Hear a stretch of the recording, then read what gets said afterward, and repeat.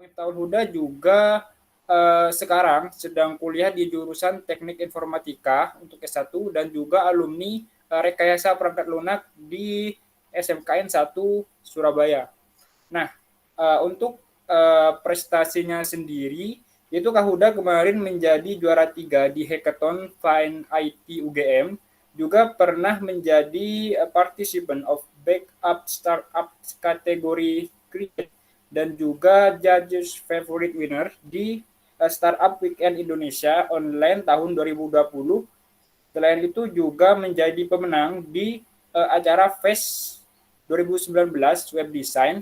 Nah, untuk pengalaman organisasinya juga, Kahuda itu adalah anggota dari core team Developer Student Club UNER untuk tahun 2020, kemudian juga volunteer di Surabaya JS, kemudian juga volunteer di Surabaya Dev.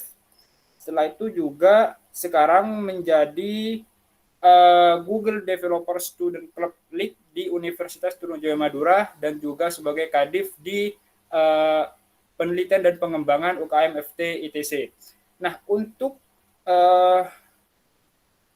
lebih lanjut mungkin dan untuk menghemat waktu juga mungkin bisa saya langsung serahkan ke Kak Miftahul Huda. Oke, untuk Kak Miftahul Huda mungkin udah bisa dimulai. Oke, terima kasih untuk waktunya dari Mas Moderator. Suara saya kedengaran? Kedengeran nggak? Oke, saya share screen dulu.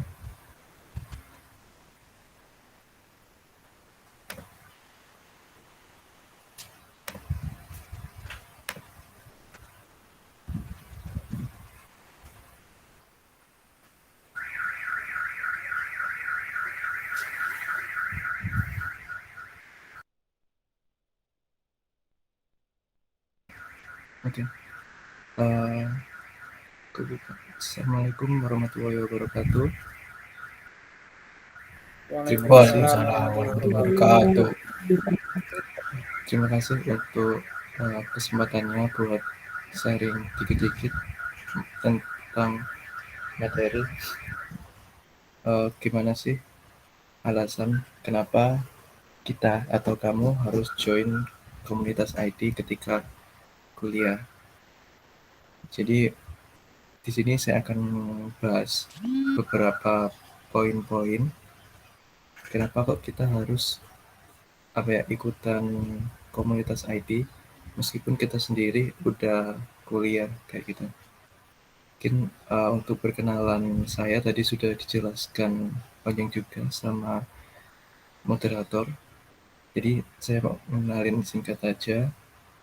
Perkenalkan, nama saya Miftahul Huda, bisa dipanggil Huda. Sekarang sebagai lead GTSC Trunojoyo Madura. Jadi GTSC itu apa? Nanti mungkin saya spoiler dikit-dikit terkait apa itu GTSC. Terus kalau misal pengen tanya-tanya atau pengen tahu lebih jelasnya bisa menghubungi atau mengunjungi website saya di iniapenuta.com. Oke, jadi yang pertama, benefit apa sih ketika kita mengikuti komunitas IT waktu masih kuliah? Baik itu kita ikut event-event komunitas sebagai member ataupun sebagai pengurus. Jadi komunitas IT ini maksudnya gimana? Jadi komunitas yang ada di dalam kampus, entah itu KM atau apapun, atau komunitas yang ada di luar kampus yang berhubung kita juga UKM teknologi, jadi yang berhubungan dengan IT. Kenapa kita kok harus ikutan atau join, entah itu ikut sebagai member ataupun pengurusnya. Nah, jadi untuk alasan yang pertama yaitu kita bisa ngedapetin pengetahuan baru. Mungkin aku mau cerita sedikit tentang apa ya istilahnya, kayak pengalaman apa sih yang bakal dapetin waktu ikut komunitas IT. Misalkan kalau di sini tuh Surabaya JS, bukan? Eh, Waktu aku dulu di pengalaman di SMK itu kan eh, masih apa ya, masih belum jadi pengurusnya, cuman ikut-ikutan aja, ikut-ikutan eventnya, entah dari Surabaya JS atau Surabaya Dev. Jadi cuman join apa ya, join di eventnya, tapi itu pun juga masih jarang-jarang. Kenapa? Karena kan belum tahu gitu, belum tahu eh, apa aja sih yang bakal didapetin atau benefitnya buat ikutan dari komunitas ini. Dan ternyata setelah lama ikutan itu banyak banget yang didapetin. Salah satunya uh, ini jadi pengetahuan baru, di mana uh, pengetahuan ini itu bisa didapetin dari yang pertama dari sharing session. Jadi sharing session tuh biasanya ada expert atau teman-teman, entah itu developer, designer, atau dari bidang security dan lain sebagainya. Itu mereka apa ya istilahnya ya, kayak turun gunung gitu. Jadi ya ngisi materi, terus sharing-sharing gimana cara mereka bisa masuk ke perusahaan A, terus tips masuk perusahaan B, teknologi apa yang dipelajarin, desain sistemnya itu seperti apa. Jadi mereka bahasnya ya topik-topik terkait dari komunitas tersebut. Jadi mungkin bagi teman-teman yang belum tahu, jadi di Jawa Timur sendiri itu banyak juga komunitas selain coding, misalkan kayak Linux atau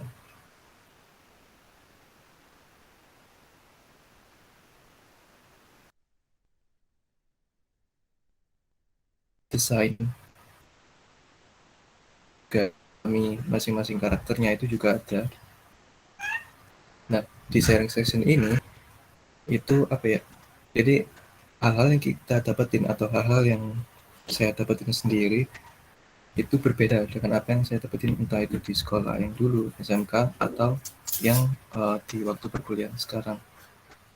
Jadi kan kalau boleh dibilang di perkuliahan yang sekarang itu mungkin ya teknologinya uh, agak sedikit menyesuaikan gitu dengan yang ada di industri, tapi nggak bisa banyak gitu kan. Maksudnya uh, teknologi yang dipakai di industri seperti di perusahaan-perusahaan, terus tools-tools yang dipakai entah dari sisi desain dan lain sebagainya, itu bakal berbeda banget apa yang diajarkan di perkuliahan. Jadi misal di perkuliahan masih belajar tentang B gitu kan. Nah, di industri itu yang dipakai bisa yang entah itu W atau X. Jadi udah jauh banget gitu. Jadi kita kalau nggak menyesuaikan atau nggak terbuka sama belajar ilmu-ilmu baru di dimanapun, salah satunya di komunitas, itu ya kita cuman stagnan. Maksudnya stagnan di sini ya kita cuma dapetin apa yang kita dapetin di perkuliahan aja. Jadi kayak gitu. Terus ada juga ini tech workshop, sebenarnya nggak teknologi aja. Jadi ada workshop-workshop yang langsung di apa ya istilahnya kayak dipraktekin langsung. Jadi kita ngikutin dari mentornya atau pengisi acaranya, terus nanti bakal dibimbing di tempat itu. Jadi misal istilahnya kita bikin halaman apa ya, halaman CV gitu kan. Nah itu kita bikin langsung dari awal sampai akhir, terus bakal dibikin nanti di review bareng-bareng. Jadi ada juga yang seperti itu, ada juga yang desain dari awal, terus diskusiin hasil desainnya dan lain sebagainya. Lalu ini tadi poin yang kedua, seperti yang tak sebutin sebelumnya itu materi teknis yang nggak diajarin di perkuliahan. Jadi banyak banget teknologi atau framework atau tool baru yang bahkan apa ya, aku pun waktu ikut event, kalau nggak salah itu ikut event tentang terkait itu sih kayak database gitu, nyimpen data. Nah itu ada tools yang baru pertama kali dengar dan itu menarik gitu buat dipelajarin lebih lanjut. Mungkin kita nggak dapetin nggak dapetin semua informasi di sharing session atau tech workshop itu tadi, karena kan mungkin jadwalnya nggak sampai seharian mungkin. Tapi seenggaknya itu bikin kita tahu gitu, oh ada teknologi A yang lagi hype, yang lagi dipakai di beberapa perusahaan, atau ada desain A yang lagi booming hingga bagus buat dipelajari, dan itu bikin tren baru nantinya ke depan. Jadi seperti itu. Lalu yang ketiga, ini ada dari komunitas untuk komunitas. Maksudnya gimana? Jadi selain teman-teman ngedapetin pengetahuan baru, di komunitas juga kadang-kadang teman-teman ketika menjadi pengurus gitu kan, jadi pengurus itu teman-teman bakal dapat kesempatan buat sharing juga. Tapi meskipun bukan sebagai pengurus, kadang ada member-member yang potensial tuh bisa ngasih materi, jadi melatih, selain melatih skill pemrograman atau skill desain dan sebagainya, itu juga melatih gimana cara kita ikutan komunitas, terus cara ngomongnya seperti apa dan lain sebagainya. Jadi untuk dari komunitas untuk komunitas itu sebenarnya kayak yang expert yang di bidangnya, misal kayak programmer di misal di Unicorn kayak gitu, di Tokped dan lain sebagainya. Nah mereka rata-rata itu sharing, jadi sharing ilmunya, sharing pengalamannya itu via komunitas, atau bahkan dari event-event perusahaan tersebut. Jadinya itu kembali lagi gitu ilmunya yang udah mereka pelajarin atau yang teknologi yang lagi hype di perusahaan A, itu mereka bakal sharing lagi untuk komunitas. Jadi semakin berkembang terus. Salah satu contohnya mungkin aku spoiler yang di Surabaya JS. Jadi Surabaya JS sendiri itu kan tujuan dari adanya komunitas itu kan sebenarnya kan udah ada banyak kan untuk komunitas di Surabaya. Kenapa ada Surabaya JS? Mereka itu komunitasnya nyari pemateri-pemateri yang potensial. Sebenarnya potensial di sini jago, cuman mereka belum nyaman buat jadi pemateri, belum pernah jadi pemateri. Jadi kayak pemateri yang awal atau yang masih baru mulai pertama kali jadi speaker, diundang dari Surabaya JS buat jadi speaker. Jadi tujuannya seperti itu, biar nantinya itu nge-trigger di komunitas-komunitas lain buat undang dia. Jadi sekaligus buat istilahnya kayak ajang dikenalkan gitu, kalau misal ada pemateri A yang ya itu potensial tapi dia masih malu-malu buat jadi pemateri. Jadi itu sih untuk benefit yang pertama, teman-teman bisa mendapatkan pengetahuan baru ya gabung di komunitas.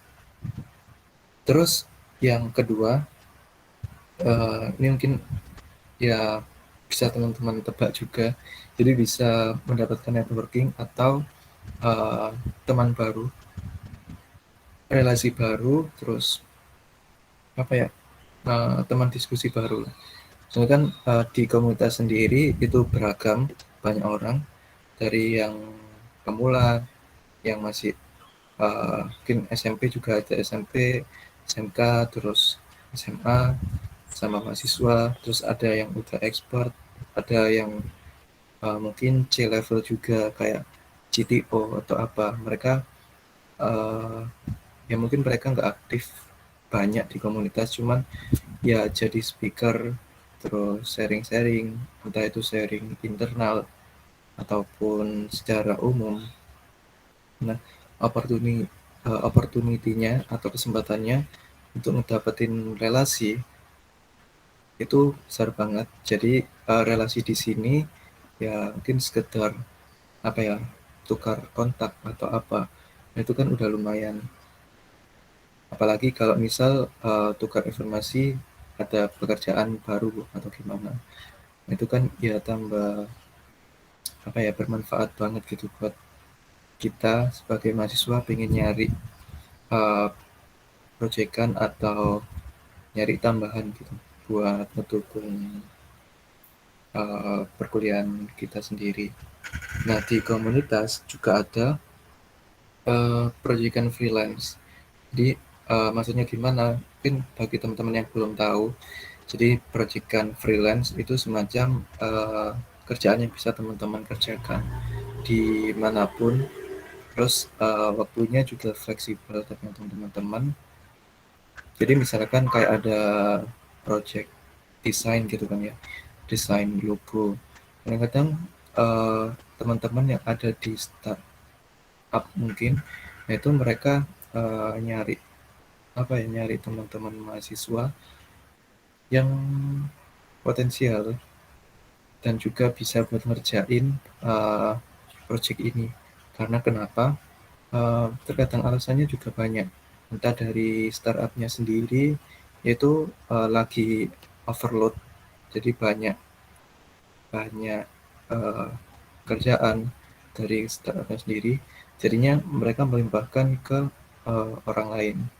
Nah, salah satu tips buat dapetin proyekan freelance itu biasanya mereka ngehubungin yang udah kenal.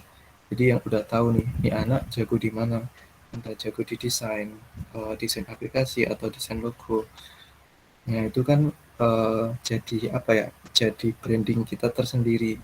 Jadi misal kita jago di sisi desain logonya. Nah itu ketika ada proyekan uh, desain logo, itu kita pasti yang akan dihubungi pertama kali. Nah, lalu sama ini juga seperti yang saya jelaskan tadi, seperti bidangnya sering turun gunung, entah jadi pemateri ataupun sekedar ngadain apa ya namanya, kayak sharing-sharing, dan itu pun waktunya biasanya bukan apa ya, bukan udah ditentuin gitu, kadang fleksibel, mereka pengen meet up buat sekedar ngupdate web officialnya mereka atau ngebahas tentang teknologi yang lagi hype. Jadi kayak gitu kan, macam-macam gitu. Nah itu kebanyakan mereka-mereka itu bakal jadi speaker atau turun gunungnya ketika ya mungkin ketika lagi waktu luang nggak ada kerjaan, itu mereka balik lagi ke komunitasnya buat ngembangin atau bagi insight, wawasan ke teman-teman biar bisa semakin berkembang juga. Di salah satu tujuannya seperti itu. Nah, menurut saya juga yang dari sisi networking sendiri, ini apa ya?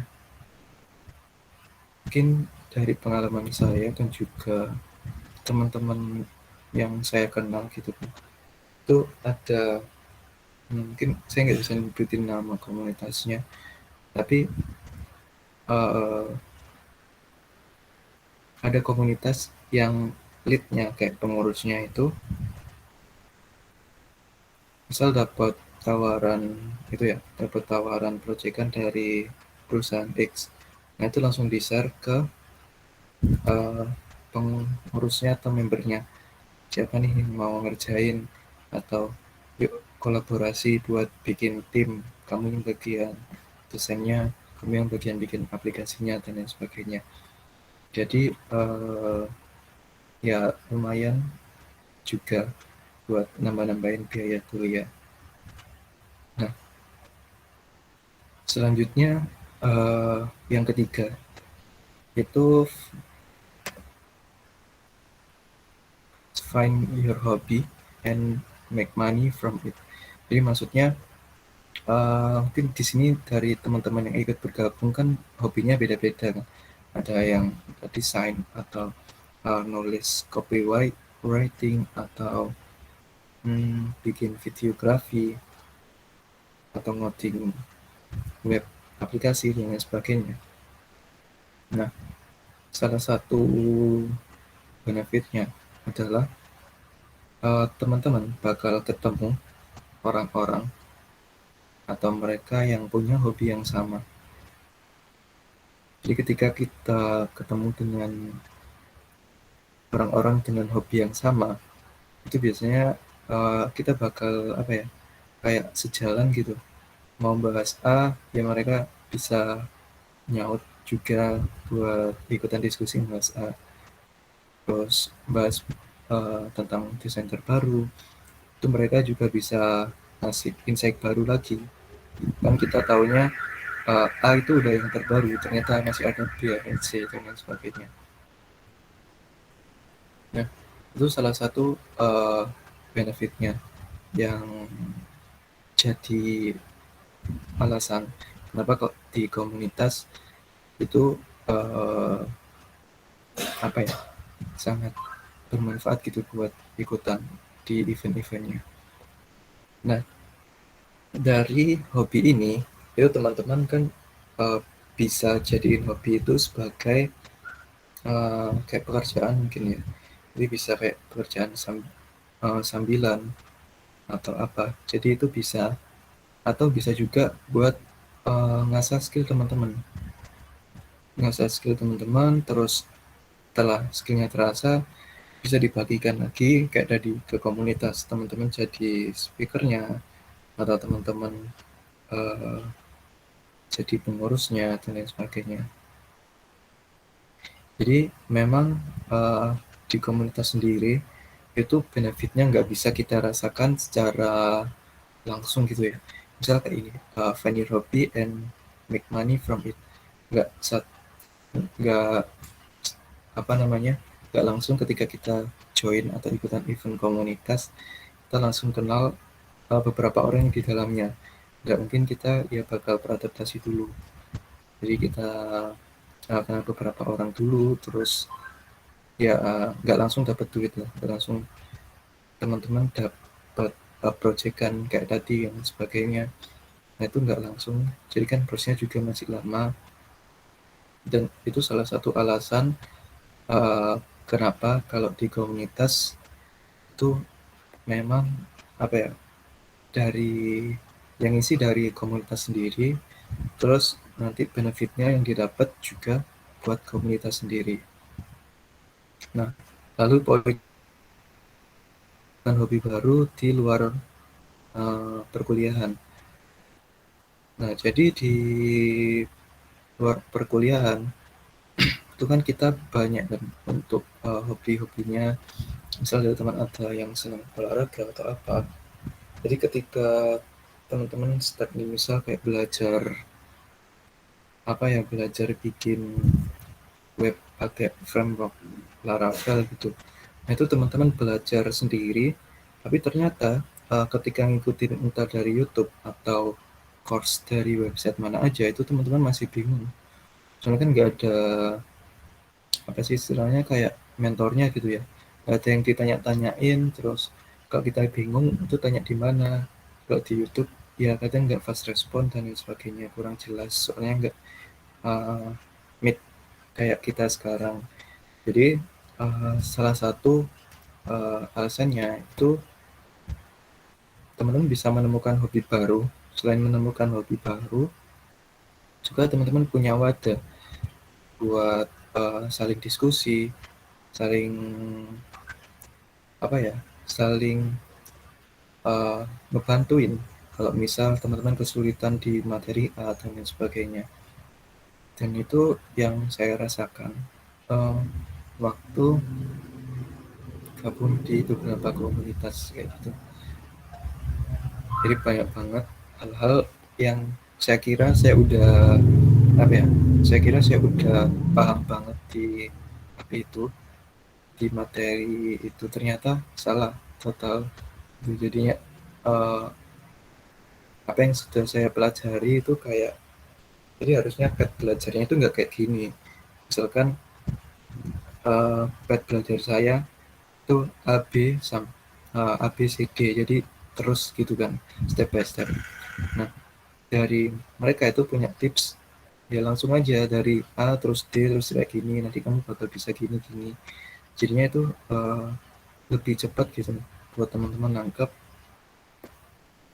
ilmu yang dibagiin. Nah, dari komunitas sendiri itu kan biasanya yang dibahas apa ya, hal yang expert kan. Kadang kita yang baru kenal tentang teknologi atau baru mulai ngoding itu ya sungkan juga kan, sungkan juga buat nimbrung atau ikutan diskusi di meetnya, kadang nggak paham tentang materinya dan lain sebagainya.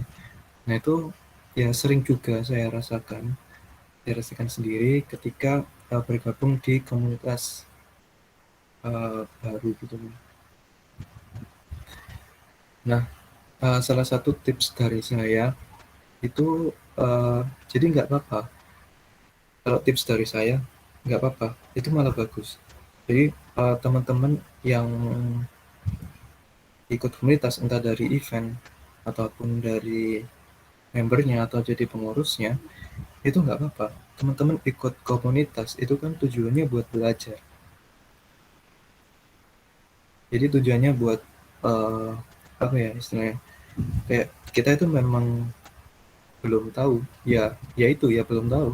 Kalau misal belum tahu ya kita nyoba nyari tahu, bukan malah ngebatasin diri kita terus ngerasa sungkan, ngerasa apa ya, kita belum bisa apa-apa. Sebenarnya pengen gabung di komunitas desain tapi kita belum pernah desain sama sekali, jadi sungkan buat ikutan gabung. Nah itu justru menurutku kayak pemikiran yang kurang betul.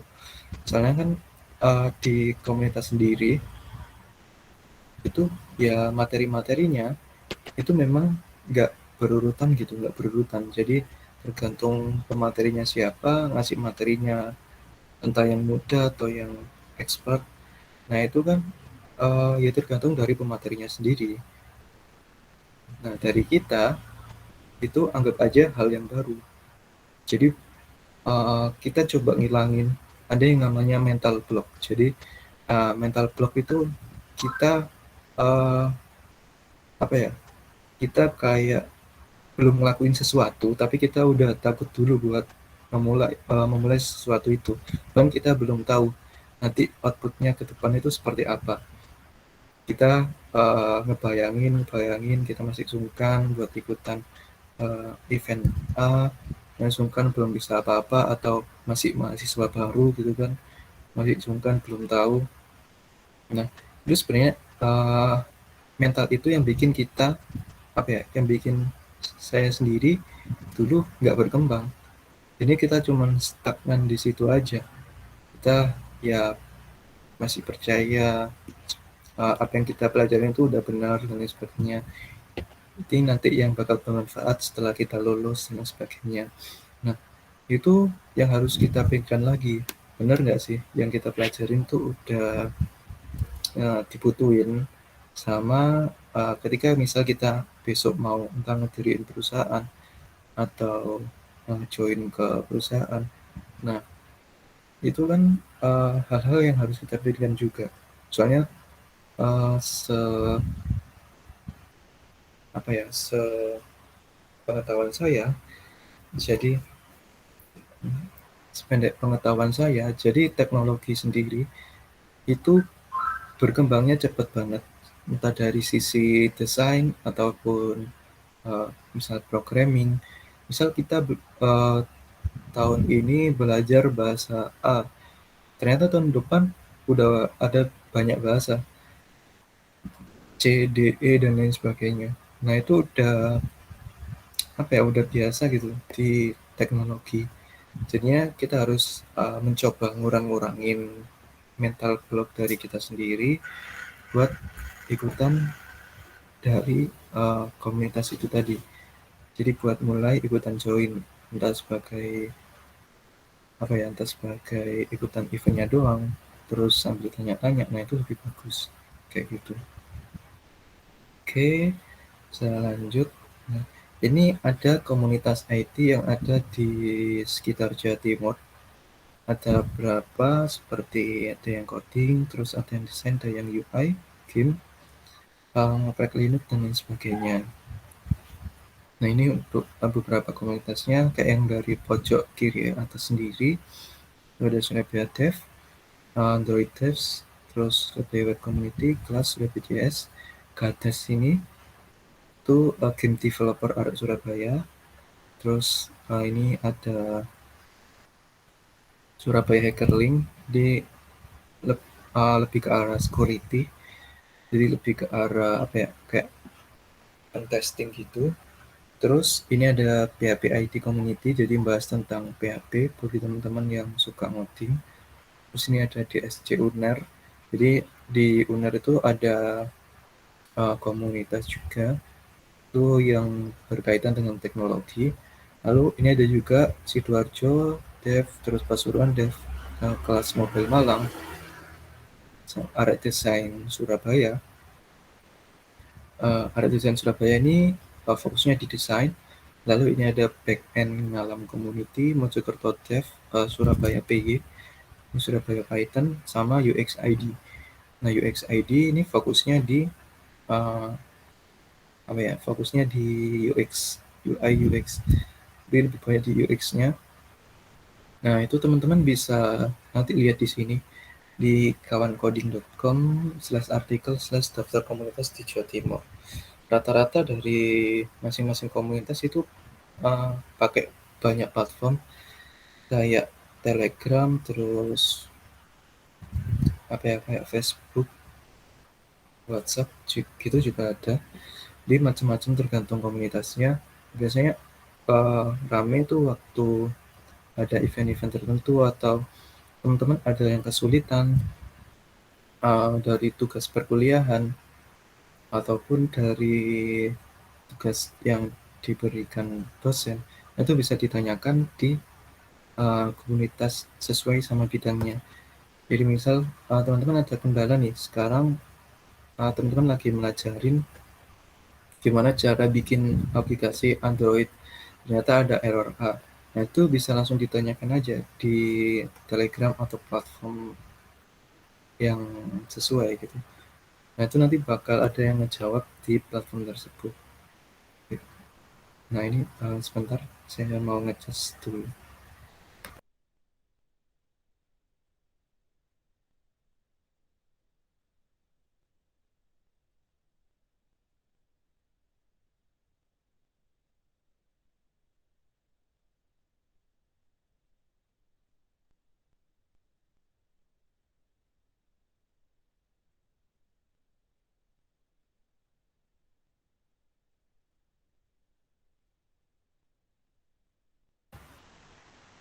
Nah, oke. Nah, biasanya sependek pengetahuan saya itu dari apa ya, dari masing-masing komunitas biasanya ngadain event, eh, entah ngadain event workshop atau seminar atau sharing biasa, itu mereka ngadainnya minimal minimal itu 1 bulan itu ada satu event. Jadi banyak banget yang bakal teman-teman bisa dapetin meskipun cuma gabung di grup telegramnya gitu ya, meskipun cuma gabung di grup telegramnya, uh, itu nggak apa-apa. Soalnya kan apa ya, nanti ketika teman-teman butuh nih, kan misal sekarang lagi nggak butuh, dari komunitas A lagi nge-share event tentang gimana cara bikin desain yang bisa dipakai sama teman-teman penyandang disabilitas, misalkan kayak gitu. Nah, itu ada event kayak gitu. Nah, mungkin dari teman-teman sekarang masih belum butuh. Nah itu teman-teman bisa apa ya, bisa itu sih, bisa ikutan aja eventnya, terus bisa uh, ngikutin, entah nanti ada rekamannya dan lain sebagainya. Oke, nah ini mungkin sampai 45. Oke, saya lanjut. Nah ini mungkin saya mau spoiler dikit terkait dengan Google Developer Student Club yang baru aja ada di tahun ini di Trunojoyo Madura University. Jadi GDSC sendiri itu merupakan komunitas yang disupport sama Google Developer, di mana tujuannya itu buat ngebantu mahasiswa mengembangkan minat dan bakat di bidang teknologi maupun di bidang non teknologi. Salah satunya ada seperti seminar, workshop, terus sharing session dan lain sebagainya. Nah, teman-teman bisa melihat lebih detail di Instagramnya GTSC Trunojoyo. Jadi bisa dilihat di sini untuk informasi lebih lanjut, atau bisa juga menghubungi saya. Nah, jadi GTSC sendiri itu nggak fokusnya di teknologi aja. Jadi ke depan kita bakal sharing-sharing juga terkait hal-hal yang selain di non teknologi seperti bisnis dan lain sebagainya. Nah, lalu ini ada sedikit video dari GTSC. Ini mungkin saya mau tanya, nggak apa-apa diputar?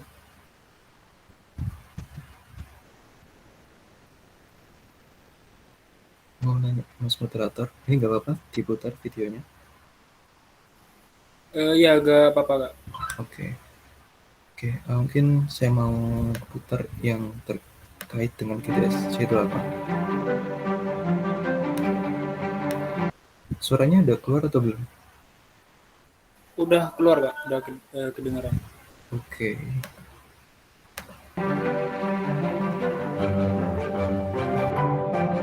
Developer student clubs are university-based communities where students learn about Google technology and use their skills to solve local problems. There are over 700 clubs all over the world.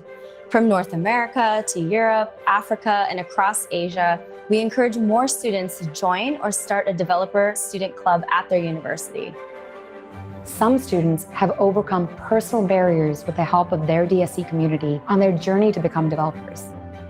Cara berbuat aplikasi untuk bekerja bekerja.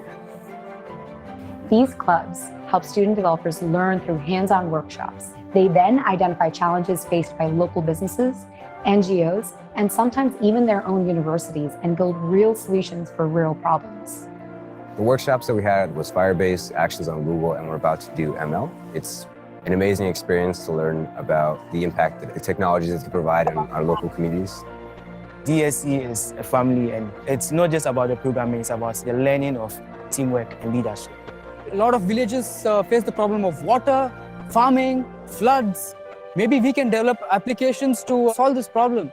Might be very ambitious for us as students to say that, but nothing is impossible. We can do it. Developer student clubs around the world have already impacted so many students in their universities and people in their community. The future is bright for the next generation of students.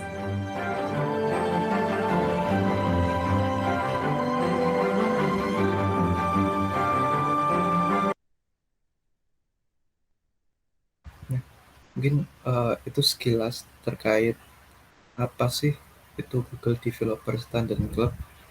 Nah, kalau misal teman-teman penasaran, tuh bisa searching aja di YouTube, nanti bakal ketemu juga. Nah, ini ada salah satu DSC di Pens yang buat aplikasi buat membantu masyarakat.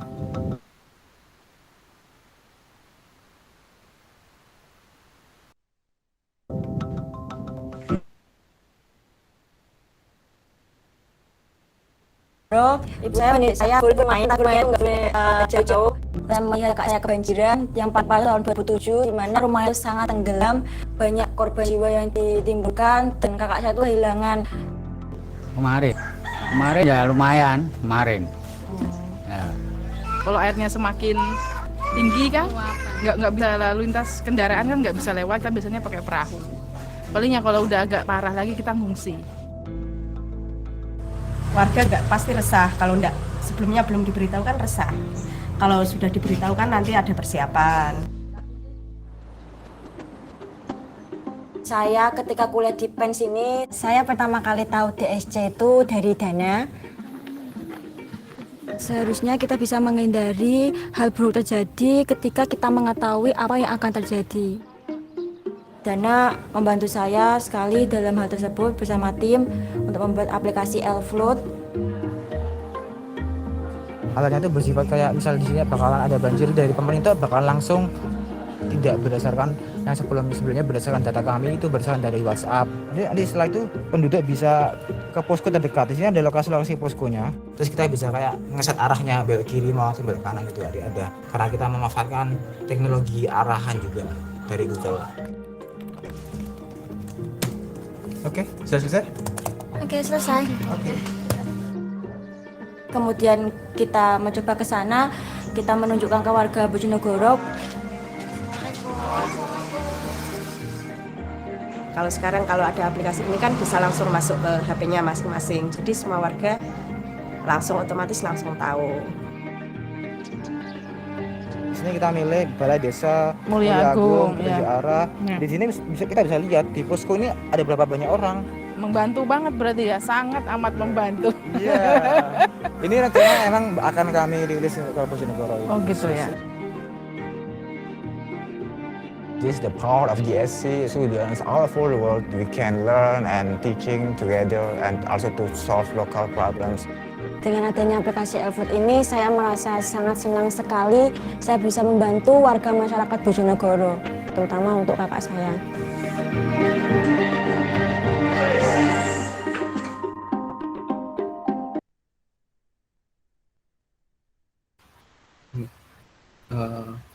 Itu aja untuk sedikit sekilas mengenai apa itu Google Developer Student Club yang baru pertama kali ada di UTM. Jadi teman-teman kalau misal ingin mendapatkan informasi lebih lanjut itu bisa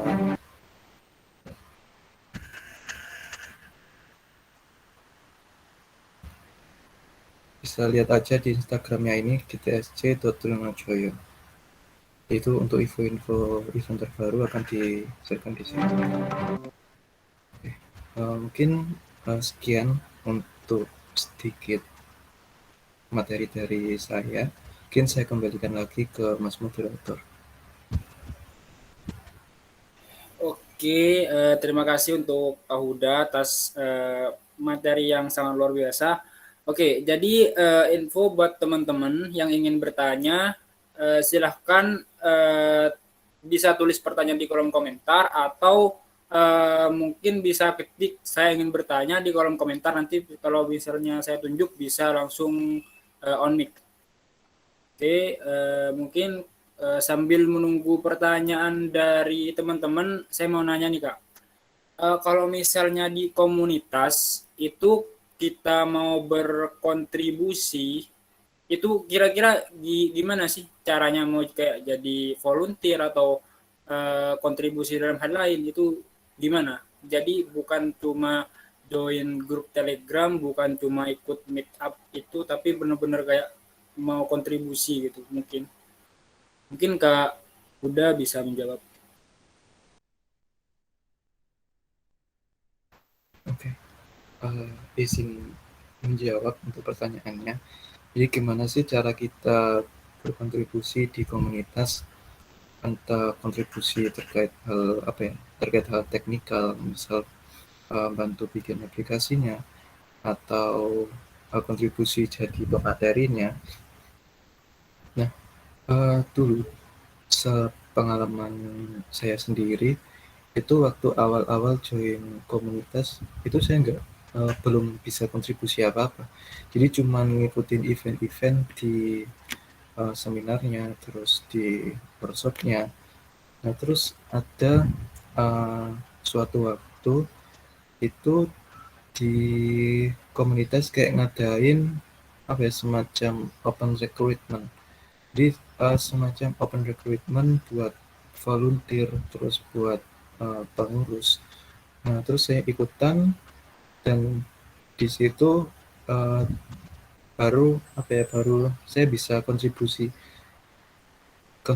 dari sisi entah jadi pematerinya atau kontribusi bantu ngadain event-eventnya, misalnya jadi si acaranya, atau jadi yang ngurusin streamingnya. Nah, itu salah satu kontribusi yang bisa teman-teman lakuin ketika bergabung jadi volunteer ataupun jadi pengurusnya. Nah, kalau misalkan yang member biasa itu seperti apa? Nah, kontribusinya sendiri itu biasanya di komunitas ada, ini sepengetahuan saya ya, yang saya ikuti itu ada website. Jadi ada website komunitas yang dipublish di GitHub. Nah, itu dari teman-teman yang udah punya skill atau yang udah jago di bagian codingnya. Nah, itu bisa bantuin buat buat ikutan nge-pull atau nambahin fitur di situnya. Itu nggak apa-apa. Soalnya dari komunitas sendiri itu open sebenarnya. Kalau misal untuk webnya sendiri itu diupload di GitHub. Nah, misal ada lagi kayak komunitas desain. Nah, itu gimana caranya teman-teman buat kontribusinya? Nah, teman-teman mungkin kalau tips dari aku bisa itu, teman-teman bisa mungkin entah kenal atau perkenalan sama pengurusnya. Jadi biasanya kalau misal teman-teman kenalan atau apa, itu open banget sih dari komunitas sendiri. Jadi maksudnya open di sini, misal teman-teman pengen request materi A, atau teman-teman pengen jadi kontribusi jadi pematerinya. Nah, itu bisa bisa ikutan gabung sebagai entah di kepanitiaannya atau sebagai sekedar jadi bantu nyebarin eventnya doang. Jadi itu nggak apa-apa. Biasanya kontribusinya seperti itu. Apakah terjawab?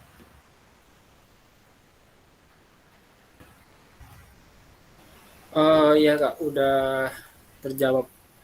Baik, untuk teman-teman yang lain mungkin ada pertanyaan, silahkan untuk ditulis di kolom komentar atau mungkin bisa langsung on mic, gak apa-apa sih. Kalau misalnya ada yang mau ditanyakan bisa langsung on mic dan langsung bertanya ke Kak Huda.